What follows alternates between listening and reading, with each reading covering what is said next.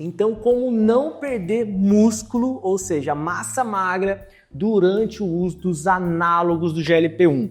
Basicamente conhecemos, a semaglutida e a tirzepatida, e muitas pessoas falam por aí, que se você usar as canetinhas do emagrecimento, você vai perder massa muscular. E eu tô aqui para te mostrar como isso não vai ocorrer se você seguir a estratégia que eu vou mostrar para vocês. Bom, sou o Dr. William Rangel, sou pós-graduado em endocrinologia, também sou pós-graduado em obesidade e emagrecimento pelo Hospital Israelita Albert Einstein, Atuo no tratamento de emagrecimento já há um bom tempo aqui na cidade de Taubaté.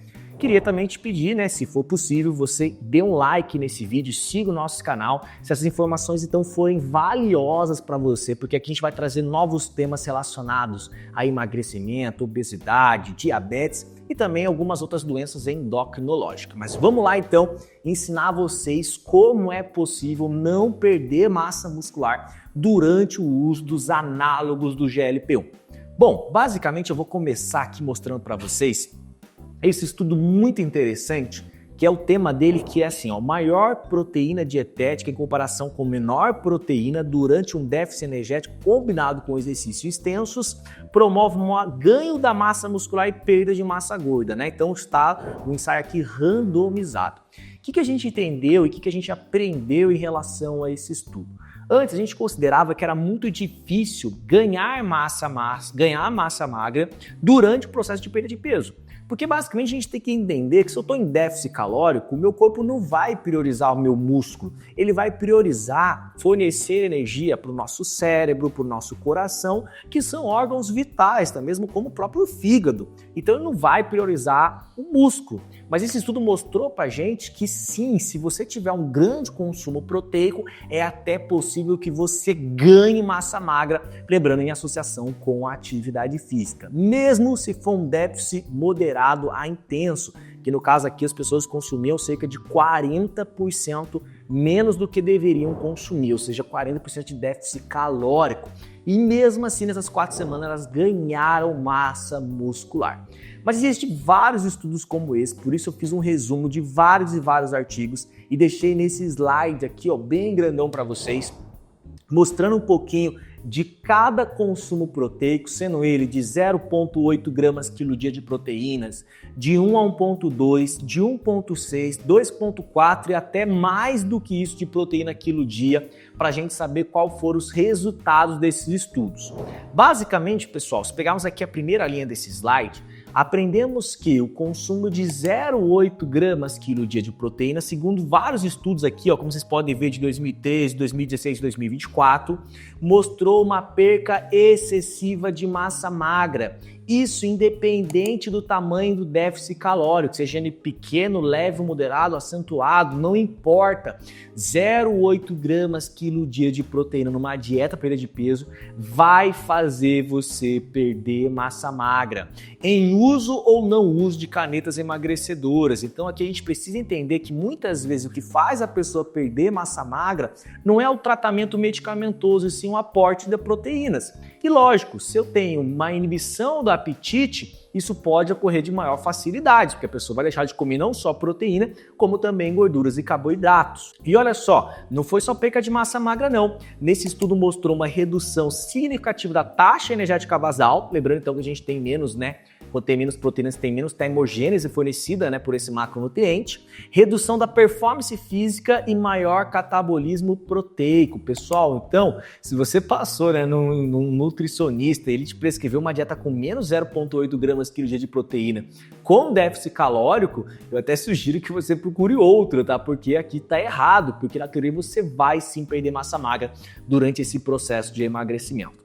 Mas vamos adiante. Quando a gente pega estudos publicados em 2013, 2016, 2024 também, sobre 1 a 1,2 gramas quilo dia de proteínas, aqui mostrou assim, uma preservação moderada da massa magra, manutenção parcial da taxa energética basal, melhora modesta em composição corporal e atenuação da perda de força muscular.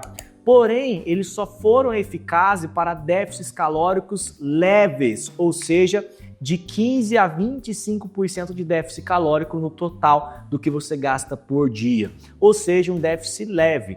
E aqui que muitas pessoas erram, porque elas fazem de 1 a 1,2 gramas quilo dia de proteína, só que elas esquecem que quando elas fazem uso de medicamentos para emagrecer, como os análogos do GLP-1, sendo a semaglutida ou a tirzepatida, elas têm uma grande inibição do apetite, ou seja, não vai fazer déficit leve, ela vai fazer déficits moderados, que muitas vezes podem chegar até mesmo a 40% de déficit calórico. Então essas pessoas não vai adiantar fazer apenas 1 grama quilo dia de proteína. É aqui que elas erram muito. E aqui a gente traz, né, um estudo aqui embaixo, produzido também em 2014, 2013, 2015 e 2024, mostrando que para pessoas ativas, treinamentos resistidos e com déficits, né, moderados, ou seja, de 25% a 40% de déficit calórico, a quantidade de 1,6 gramas quilo dia de proteína levou uma preservação eficaz da massa magra, manutenção da força e performance, preservação da taxa energética basal e maior oxidação de gordura e mesmo com menores doses. Então, basicamente, a gente precisa entender que pessoas que estão fazendo déficit moderado, ou seja, as pessoas que buscam esse emagrecimento, elas precisam focar no aporte proteico. Por isso a importância gigantesca de ter o nutricionista durante o uso dessas medicações, porque ele vai calcular a questão proteica e muitas vezes a pessoa, por estar sem fome, não vai conseguir comer isso apenas, né, através de carne, ovo. Ela vai precisar sim fazer uso de proteínas até mesmo líquidas, como whey protein, UPRO, bebidas lácteas que são enriquecidas de proteína. Então aqui tem vários mecanismos que elas podem fazer, várias estratégias com o seu nutricionista que vão fazer com que elas não percam massa magra durante o processo de emagrecimento. Agora, se você comer ali metade disso, que é o 0,8, você vai perder massa magra. Agora, lógico, temos outros casos que, como vocês podem ver, 2,4 gramas quilo dia de proteína, até mais do que isso, que levam até mesmo ao ganho de massa muscular.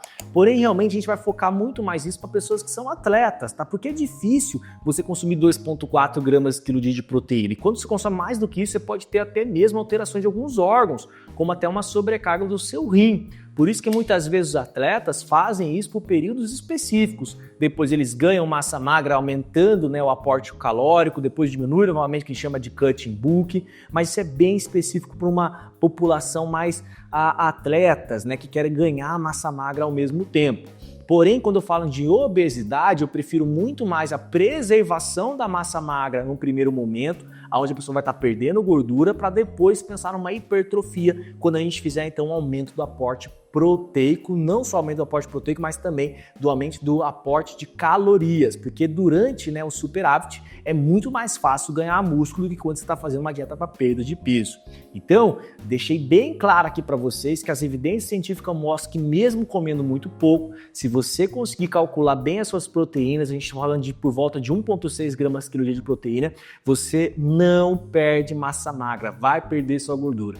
Então, se o pessoal ficar postando por aí, usar canetinha perde massa magra, não caia nessa, entende que não é a canetinha em si, e sim a dieta que a pessoa está realizando, se ela está tendo um baixo aporte proteico ou não, se ela está fazendo atividade física ou não, que vai determinar se essa pessoa realmente vai ou não vai perder massa muscular, vai ou não vai perder músculo.